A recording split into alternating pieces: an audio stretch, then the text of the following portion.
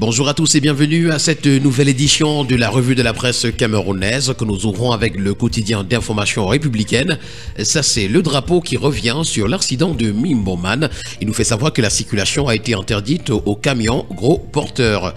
Cette décision, signée le 18 octobre 2024 par le gouverneur de la région du centre, Nasseri Paul Beya, vise à renforcer la sécurité routière sur le tronçon Mimboman Don Bosco Gousso. Elle propose un itinéraire alternatif via Kouaban et Sam. C'est une information ce matin à retrouver en page 5. Et puis en petite une, PFL, Stopper Fight, Francis Ngannou s'impose par KO. Nous continuons ce matin avec le journal Week Info, c'est un hebdomadaire qui nous plonge dans la région du sud-ouest où le sous-préfet Didabato est toujours introuvable après 3 semaines. Malgré l'ultimatum du gouverneur Okalia Bilay, le sous-préfet Roland Iwane est toujours entre les mains des ravisseurs. Déjà on craint pour sa vie ce matin à la page 6 de l'hebdomadaire Week Info. Avec le bi-hebdomadaire L'Indépendant ce matin on parle du gouvernement et surtout de l'ordre rétabli.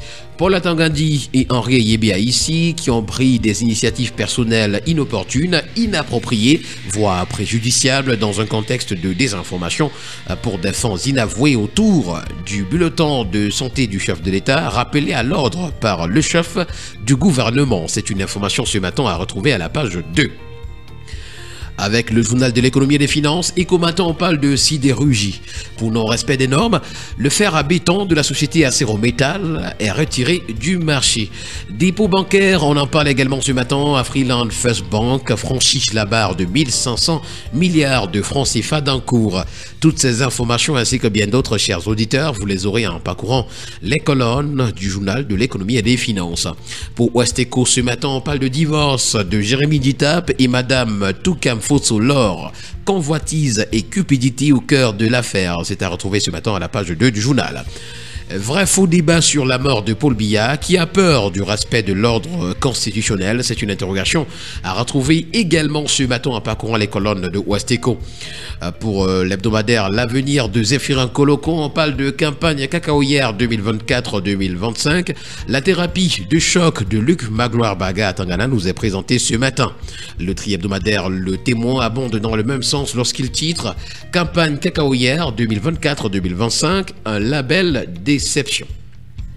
Nous continuons ce matin avec l'hebdomadaire Sans Détour qui s'intéresse à la société immobilière du Cameroun.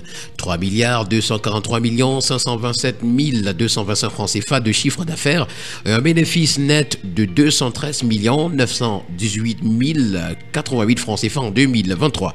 La vérité des chiffres remarquables qui traduit le redressement financier de l'entreprise publique a été acté et validé au terme du conseil d'administration tenu à Yaoundé. C'était le 14 octobre dernier sous la présidence de son PCA, Célestine Ketia-Cortez, par ailleurs ministre de l'Habitat et du Développement urbain. C'est une information ce matin à retrouver en parcourant la page 3 de l'hebdomadaire Sans Détour.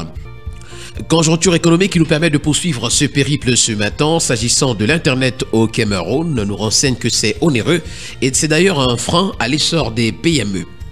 Selon une étude du cabinet londonien Câble, le Cameroun occupe la 36e place en Afrique et la 140e au niveau mondial en termes de coût d'un gigaoctet de données mobiles.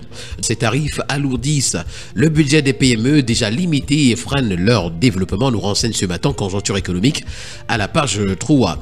Avec la tribune des communautés, le journal Intégration ce matin, on parle d'innovation en Afrique. La boîte à outils ouverte à Yaoundé. 21 octobre 2016, 21 octobre 2024 à Ezeka, dans le train de vie de l'indifférence. Voilà également un autre titre à retrouver à la page de présentation du journal. 8 années après la catastrophe ferroviaire qui a fait officiellement une centaine de morts, le journal nous permet de faire un voyage dans une cité qui n'a pas fini de porter le deuil. Le récit de l'envoyé spécial de la tribune des communautés intégration est à retrouver ce matin en parcourant les colonnes du journal. Avec le bi-hebdomadaire Génération Libre, on parle d'incidents qui est survenu dans le réseau interconnecté Sud, RISE. L'éclairage de Gaston Elundou et Somba est à retrouver ce matin.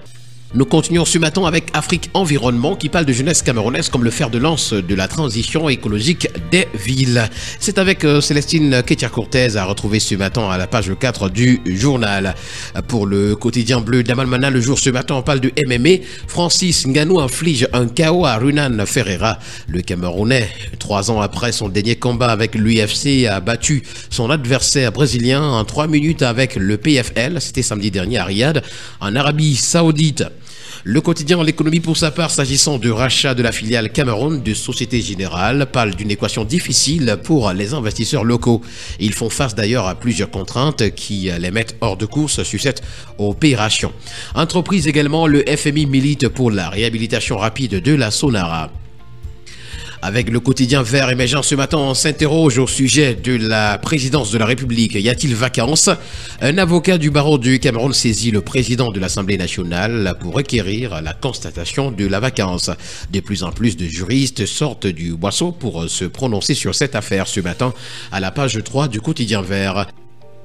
Avec le quotidien Le Messager ce matin, on parle de la santé de Paul Biya. François Soudan crève l'abcès.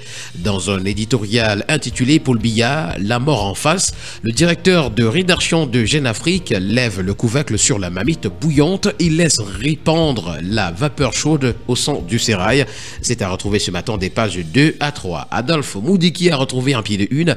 Les barils de la performance nous sont présentés d'ailleurs dans la galaxie managériale de l'ADG de la Société nationale des hydrocarbures. Ce matin, nous sommes plongés par le quotidien Le Messager. Nous continuons avec le retour triomphal du chef de l'État qui est encore annoncé.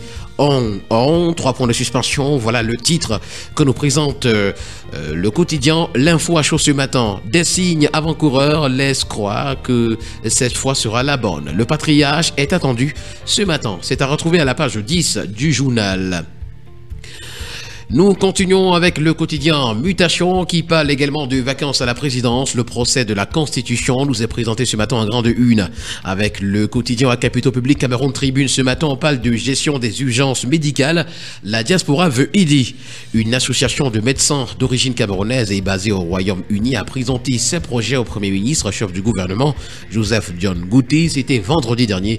Il est question d'un partage d'expériences et de renforcement des capacités des praticiens nationaux pour une meilleure prise en charge des patients dont le pronostic vital est engagé.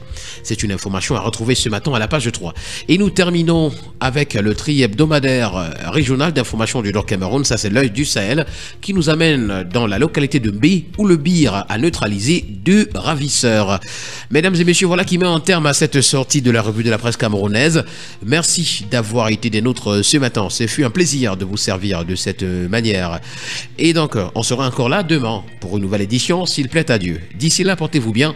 Agréable journée à tous.